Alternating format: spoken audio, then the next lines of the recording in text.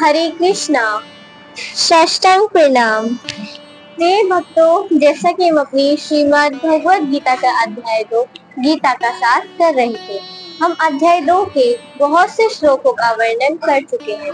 आज हम अपना अध्याय आगे के श्लोक के साथ शुरू करते हैं। वांचा कल्तृभ्य कृपासिन्धुभ्य एव च पतितानां पावनेभ्यो वैष्णवेभ्यो नमो नमः। हम अपना अध्याय शुरू करते हैं। अध्याय 2, जिसे सांख्य योग भी कहा जाता है, गीता के सार के नाम से भी जाना जाता है। अध्याय 2 का श्लोक 20 इस प्रकार है।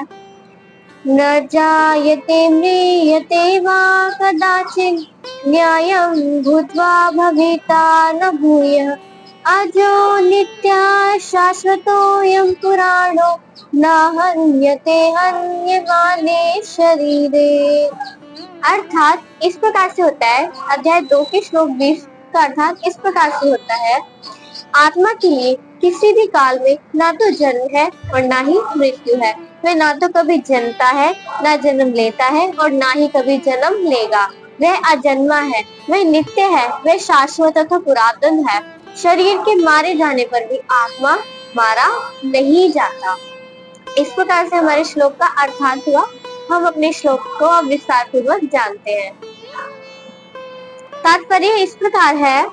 गुणात्मक दृष्टि से परमात्मा का अणु अंश परम से अभिन्न है। यानी गुणात्मक दृष्टि से देखें तो परमात्मा का जो अणु अंश यानी जो व्यष्टि आत्मा है, वह परम से अभिन्न है, यानी भिन्न है भगवान से। वह शरीर की भांति विकारी नहीं है। जो व्यष्टि आत्मा है वह शरीर की भांति, जैसे हमारा शरीर विकारी है, विषय भोगों के बारे में बहुत चिंतन करता है, सोचता रहता है, उस प्रकार से हमारी आत्मा ऐसी नहीं है। हमारी आत्मा विकारी नहीं है। कभी कभी आत्मा को स्थायी या कूटस्थ कहा जाता है, यानी आत्मा को कभी कभी स्थायी या कूटस्थ कहा जाता है। शरीर में 6 प्रकार के रूपांतरण होते हैं। वह माता के गर्भ से जन्म लेता है, दूसरा वह कुछ काल तक ठहरता है, तीसरा वह फिर बढ़ता है, फिर कुछ परिणाम उत्पन्न करता है, फिर धीरे धीरे क्षीण होता है और अंत में वह समाप्त हो जाता है। इस प्रकार से शरीर रूपांतरण करता है। पहले माटी गर्भ में आता है, फिर उसके बाद कुछ काल तक वह ठहरता है, फिर वृद्धि करता है, बड़ा होता है और फिर कुछ परिणाम उत्पन्न करता है और फिर धीरे धीरे क्षीण हो जाता है और अंत में वह समाप्त हो जाता है। इस प्रकार से ये शरीर में 6 प्रकार के रूपांतरण हो जाते हैं, किंतु आत्मा में ऐसे किसी भी प्रकार के परिवर्तन नहीं होते। आत्मा अपरिवर्तनशील है, किंतु चूंकि वह भौतिक शरीर धारण करता है, यानी आत्मा भौतिक शरीर धारण करता है तो अतः शरीर जन्म लेता है। आत्मा हमारी भौतिक शरीर धारण करती है तो शरीर होता है जो जन्म लेता है, किंतु आत्मा तो जन्म कभी लेती ही नहीं है, ना उसने कभी जन्म लिया। हमारी आत्मा ने, वो पुरातन है, वो शाश्वत है। ना तो ये आत्मा कभी जन्मा है, ना जन्म लेता है और ना ही कभी जन्म लेगा। शरीर, जन्म तो केवल शरीर का होता है और मृत्यु भी शरीर की होती है। इसी प्रकार से बताया जा रहा है। आत्मा अजन्मा है, किंतु चूंकि वह भौतिक शरीर धारण करता है अतः शरीर जन्म लेता है। आत्मा ना तो जन्म लेता है और ना ही मरता है। जिसका जन्म होता है उसकी मृत्यु भी होती है, और चूंकि आत्मा जन्म नहीं लेता अतः उसका ना तो भूत है, ना ही हमारी आत्मा का कोई पास्ट है, ना वर्तमान, ना भूत है, ना वर्तमान है, ना भविष्य है। तो आत्मा का मतलब किसी से भी मतलब ना भूत में है आत्मा के बारे में बताया जा सकता है कि कितना पुराना है, कुछ नहीं जानते, क्योंकि ना तो इसका भूत है हमारी जो आत्मा है, ना इसका वर्तमान है, ना ही इसका भविष्य है। वह तो नित्य है, शाश्वत है तथा सनातन, जिसका ना आदि होता ना अंत होता, वह सनातन है। शाश्वत जो हमेशा रहता है, नित्य यानी वो हमेशा ही रहेगा, अर्थात उसके जन्म लेने का कोई भी इतिहास नहीं है। आत्मा के जन्म लेने का कोई भी इतिहास नहीं है। हम शरीर के प्रभाव में आकर आत्मा के जन्म मरण आदि का इतिहास खोजते हैं। हम शरीर के प्रभाव में आकर खोजते हैं आत्मा के जन्म मरण का जो भी इतिहास है, लेकिन आत्मा शरीर की तरह कभी भी वृद्ध नहीं होता। जो आत्मा है वो कभी भी शरीर के जैसे शरीर हमारा वृद्ध हो जाता है, इसी प्रकार हमारा आत्मा कभी वृद्ध नहीं होता, यानी बूढ़ा होना। अतः तथा कथित वृद्ध पुरुष भी अपने में बाल्यकाल या युवा अवस्था जैसी अनुभूति पाता है। यानी जो वृद्ध पुरुष है, जिसके अंदर जो आत्मा होती है, वो भी अपने आप को बाल्य अवस्था में या युवा अवस्था में फील करता है। तो आत्मा कभी भी वृद्ध नहीं होती और वो इसी प्रकार की अनुभूति पाता है, वृद्ध पुरुष भी। शरीर के ऐसे परिवर्तनों का आत्मा पर कोई भी प्रभाव नहीं पड़ता। आत्मा वृक्ष या किसी अन्य भौतिक वस्तु की तरह क्षीण नहीं होता। यानी आत्मा किसी भी भौतिक जो भी वस्तु है, जैसे वृक्ष हो गई, किसी भी भौतिक वस्तु की तरह क्षीण नहीं होता। आत्मा की कोई उपसृष्टि नहीं है। शरीर की उपसृष्टि है संतानें, किंतु वह भी व्यष्टि आत्मा है और शरीर के कारण वह किसी न किसी की संतानें प्रतीत होती हैं। शरीर की वृद्धि आत्मा की उपस्थिति के कारण होती है। यानी ये जो शरीर है, इसकी वृद्धि तभी होती है जब इसके अंदर आत्मा होती है, किंतु आत्मा के ना तो कोई वृद्धि है और ना ही उसमें कोई परिवर्तन होता है। अतः आत्मा 6 प्रकार के जो शरीर में परिवर्तन होते हैं उनसे मुक्त रहता है। कठोपनिषद में इस तरह से एक श्लोक आया है जो हमारी भगवत गीता के 20वें अध्याय की श्लोक की तरह, वो हमारी भगवत गीता के अध्याय 2 के 20वें श्लोक की तरह ही है। इस प्रकार से श्लोक आता है, ना जायते म्रियते वा विश्चिन्न नायं कुतश्चिन्न भवो कश्चित् अजो नित्यः शाश्वतोऽयं पुराणो ना हन्यते हन्यमाने शरीरे।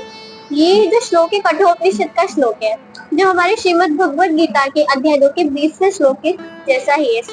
हम विस्तार पूर्वक अर्थ जानते हैं। इस श्लोक का अर्थ तथा तात्पर्य भगवत गीता के श्लोक जैसा ही है, किंतु इस श्लोक में एक विशिष्ट शब्द जो है विपिश्चित का प्रयोग हुआ है, जिसका अर्थ विज्ञान या ज्ञानमय होता है। आत्मा ज्ञान से तथा चेतना से सदैव पूर्ण रहता है। यानी आत्मा जो भगवान का अंश है, वे ज्ञान तथा चेतना से सदैव ही पूर्ण रहता है।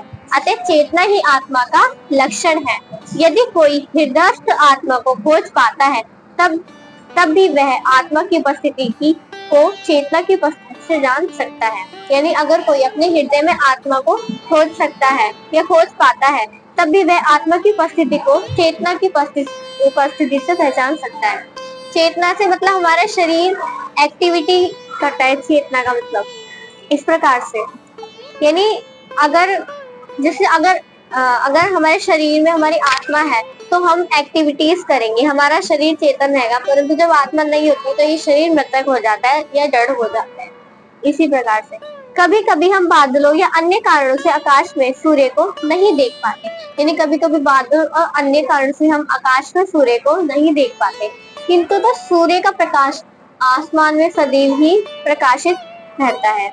अतः हमें विश्वास हो जाता है कि अभी दिन का समय है। प्रातः काल जो ही आकाश में थोड़ा सा सूर्य प्रकाश दिखता है तो हम समझ लेते हैं कि सूर्य आकाश में है।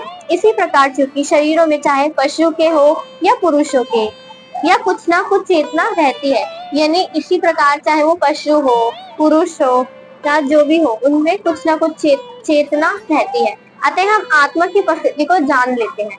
यानी जितने भी जीव हैं उन सब में चेतना रहती है, उससे हम ये जान लेते हैं कि हाँ, उनमें आत्मा की उपस्थिति है। किंतु जीव की यह चेतना परमेश्वर की चेतना से भिन्न है। जो जीव है उसकी चेतना परमेश्वर की चेतना से भिन्न है, क्योंकि परम चेतना तो सर्वज्ञ है। यानी वो सब जानते हैं, वो भूत, वर्तमान तथा भविष्य के ज्ञान से पूर्ण है। जो परम चेतना है भगवान श्री कृष्ण की, वो सर्वज्ञ है। वो पास्ट, फ्यूचर, प्रेजेंट सबसे सर्वज्ञ है। वो सब जानते हैं, ज्ञान से पूर्ण है। व्यष्टि जीव की चेतना, यानी जो हम छोटे जीव होते हैं, व्यष्टि जीव, हमारी चेतना विस्मरणशील है, हम भूल जाते हैं। जब वह अपने वास्तविक स्वरूप को भूल जाता है तो उसे कृष्ण के उपदेशों से शिक्षा तथा प्रकाश और बोध प्राप्त होता है। जब हमारी चेतना विस्मरणशील है, व्यष्टि आत्माएं जो भी है हम सब, तो हम अपने वास्तविक स्वरूप को भूल जाते हैं और हम कृष्ण के उपदेशों तथा शिक्षा से प्रकाश और बोध को प्राप्त होते हैं। किंतु कृष्ण विस्मरणशील जीव नहीं, यानी कृष्ण कभी नहीं भूलते। यदि वे ऐसे होते तो उनके द्वारा दिए गए भगवत गीता के उपदेश व्यर्थ ही होते। आत्मा के 2 प्रकार है, एक तो अणु आत्मा, दूसरा विभु आत्मा। कठोपनिषद में इसकी भी पुष्टि हुई है। कठोपनिषद में इस प्रकार से एक श्लोक आता है, अरोण अरोरियान महतो बहियान आत्मा से जंतो निहितो गुहायाम तम क्रतु पश्यति विक्षोको धातु प्रसादान हिमान आत्मना। अर्थात इस प्रकार से आता है, परमात्मा तथा अणु आत्मा दोनों शरीर रूपी वृक्ष के जीव के हृदय में विद्यमान है। यानी परमात्मा तथा अणु आत्मा जो व्यष्टि छोटी आत्मा है, दोनों ही शरीर रूपी वृक्ष में जीव के हृदय में विद्यमान है। और इनमें से जो समस्त इच्छाओं तथा शोकों से मुक्त हो चुका है, वे भगवत कृपा से आत्मा की महिमा को समझ सकता है। कृष्ण परमात्मा के भी उद्गम है, जैसे कि अगले अध्याय में बताया जाएगा। और अर्जुन अणु आत्मा के समान है, जो अपने वास्तविक स्वरूप को भूल गए हैं।